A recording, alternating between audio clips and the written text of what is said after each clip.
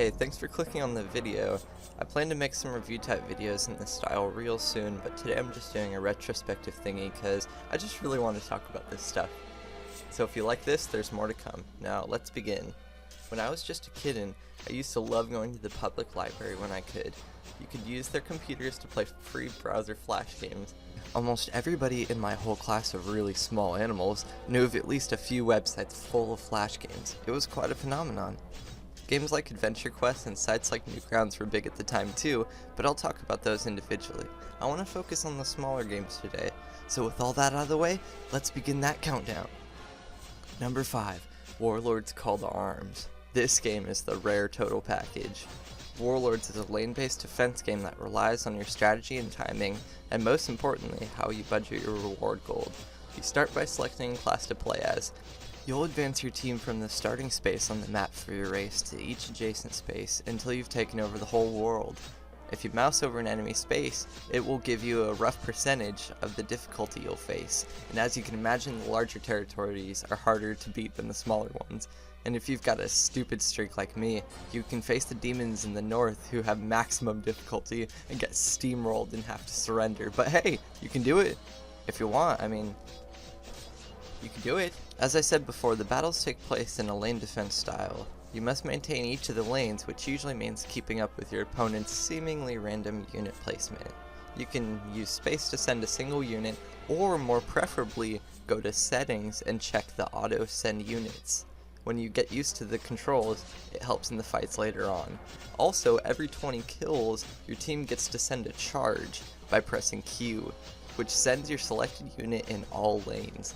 The trick is to use this with your powerful units, as their cooldowns are usually too long for single use. Just be aware your opponent gets to use a charge every 20 kills as well, creating a good balance. If there's anything to complain about, it's that the battles usually seem one-sided. Either you're completely flattening the opponent, or you're getting trucked. Maybe that's just me. My younger brother told me if you send your units in one lane for every fight, it breaks the game, and you can't be stopped. You're unbeatable, and well, he's not wrong. Number 4. Vector TD and Kenyon Defense. When I was younger, I really appreciated strategy games. At the time, I was used to action games, where things were constantly moving and a simple mistake could often mean certain death. When I discovered turn-based strategy games, something really clicked with me. Suddenly I was able to stop and think about my turn. There was no rush. Should I move this guy here? Well, what if the next turn he moves this knight over and flattens me? A tower defense game is a playing mechanic where you challenge maps with different paths for the enemies to follow. If the numerous enemies pass from one end of the path all the way to the other, you lose health points, and if you run out, the game's over. To stop the enemy forces, you must set up towers to fight on your behalf. So the challenge comes from whether you decide to group up your forces near the entrance or spread them across the map. This holds true for most of the tower defense games in the genre. I decided to talk about Vector TD and Kenyon Defense because of the new things they bring to the table. Kenyon Defense has larger towers that don't act as offensive power necessarily, including a wall factory that lets you build land on top of the enemy's path, which if you're crafty enough lets you build a maze for the enemies to march through. And in Vector TD, there are tower upgrades that let you think about your powers differently. Another thing that's common in this type of game is the beginning of almost all the levels you'll need to build a large number of the cheap towers you start with. In Kenyon Defense it's the missile launcher, and in Vector TD it's the green laser beam. If you play either of these games you'll make good friends with these two towers. I think I prefer Kenyon Defense over Vector TD, so I'll break that game down first. The challenge with this game is that enemies come from land and air, and you'll never know which one unless you read the text at the bottom of the screen, so you need to spread your forces out between the two locations, and make sure you have no blind spots. And every so often a boss appears, usually with a special ability like super speed or health regenerating, so to unlock better towers, you must complete challenges like saving up a ton of cash, or setting up like 10 of a certain tower. Some towers can target air and land units both. These towers are really valuable. If you're just trying the game, easy mode will be just fine, but all increasing the difficulty does is raise the number of waves there are until you win. And I think maybe the bosses get tougher. If there's anything to complain about, it's that some of the towers seem odd, or maybe I haven't found out a crafty way to use them yet. In Vector TD, things are relatively the same, but you can't build onto the enemy's path like in Kenyon Defense. In this game, you need to pay attention to the color and shape of the enemies. Oh, the next enemy is yellow and sharp? Chances are it's going to be a fast unit. If it's blue and square, it's probably going to be a bulky unit. A really cool feature here is that you can give towers enemy priority, like attack the enemy that's furthest along in the path, or the least furthest along in the path. Actually adds a lot to the experience, and if you play this for long enough, you'll be switching up these settings a lot.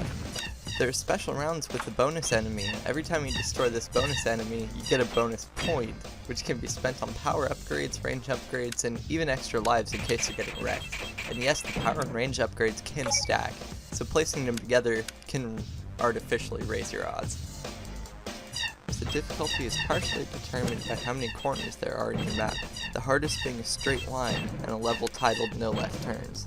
The less turns the enemy makes, the faster they can get to the end, and it also gives your towers less time to do damage. So if it's your first time playing, the straightforward maps may seem easy, but you kinda want to stay away from them for now. Number 3, Strategy Defense Series. This next entry requires a little more explanation. As far as I know, Strategy Defense spanned 4 games, each one improving on and branching out from the gameplay of the previous entry. I mean, check it out, look at that! The mechanics of the first game have you controlling army units one at a time in a turn-based RPG style, attacking the enemy units until you've destroyed them all and moved on to the next level. Jumping straight to the 4th game, it's a single-screen lane defense game, where you pick lanes and send groups of your units down, while every 45 seconds or so your army gets a fat upgrade, and your special attacks get refilled. Quite the difference. Strategy Defense very much belongs on this list purely for its flexibility. Let me explain. These characters in this world can work in all these sorts of gameplay styles, and this creator was more than willing to experiment, and by the 4th installment, the gameplay is incredibly refined. I've rarely seen a game change so much from the first game to the last and not just refine the gameplay and slap a 2 on the cover. The series truly found its niche in the lane defense style, and I'm very glad for it because it's still one of the best. Number 2, the Balloon series. Now this game series is truly classic, not only because a version of this series is still updated to this very day, but because the original Balloons game was solid enough to spawn this monkey empire. The first installment was a combination of arcade-style difficulty curve and a trajectory-determined, dart-throwing puzzle game, and I dare you to try it and beat all the levels. Some of them are simple to understand, but nearly impossible to pull off. You get only enough darts to complete the level, and there's no room for mistakes. You aim with your mouse, and the velocity is determined by how long you hold down the mouse button. It seems simple enough, but this game goes out of its way to make creative situations. There were several other installments refining the original gameplay centering around trajectory and dart limit reminiscent of par in golf. Not long later, the Balloon series dipped its toe into the tower defense genre. Honestly, the characters and world translated well into it. In fact, it translated so well that it completely changed genres and turned the whole series into this new direction. There were sequels all the way up to Balloons Tower Defense 5 to my knowledge, and the eventual phone-based game. I can tell you firsthand that Balloons Tower Defense 1 is nothing less than brilliant. And number 1, Quest for the Crown. This game is the real decider, separates the lions from the kittens. This climactic adventure will have you scouring the land, every nook and cranny, every dank dungeon and deepest ocean until you find the hidden crown, the only sole item that can recover the kingdom from the hands of evil. You're the kingdom's final hope as you set out on your 60-hour-long journey to save each corner of your kingdom and reforge your entire civilization. You'll face 8 different dungeons, each more challenging than the last, each one with a different theme. Grass, water, sky, lava, metal, underground, dragon, and cosmic. At the end, after all the brutal battles and bloodshed, when you finally get your hands on the crown, you'll see these words: "You have finally saved your land." And it will be the most fulfilling thing to know. All of the war, all the carnage, and all the loved ones lost. Maybe the crown's power was in us all along. It's a wonderful adventure, and I recommend it to any video game fan. And thank you all so much for listening. I'll see you guys in the next one. Take it away, Peter Satira! I would never leave you alone.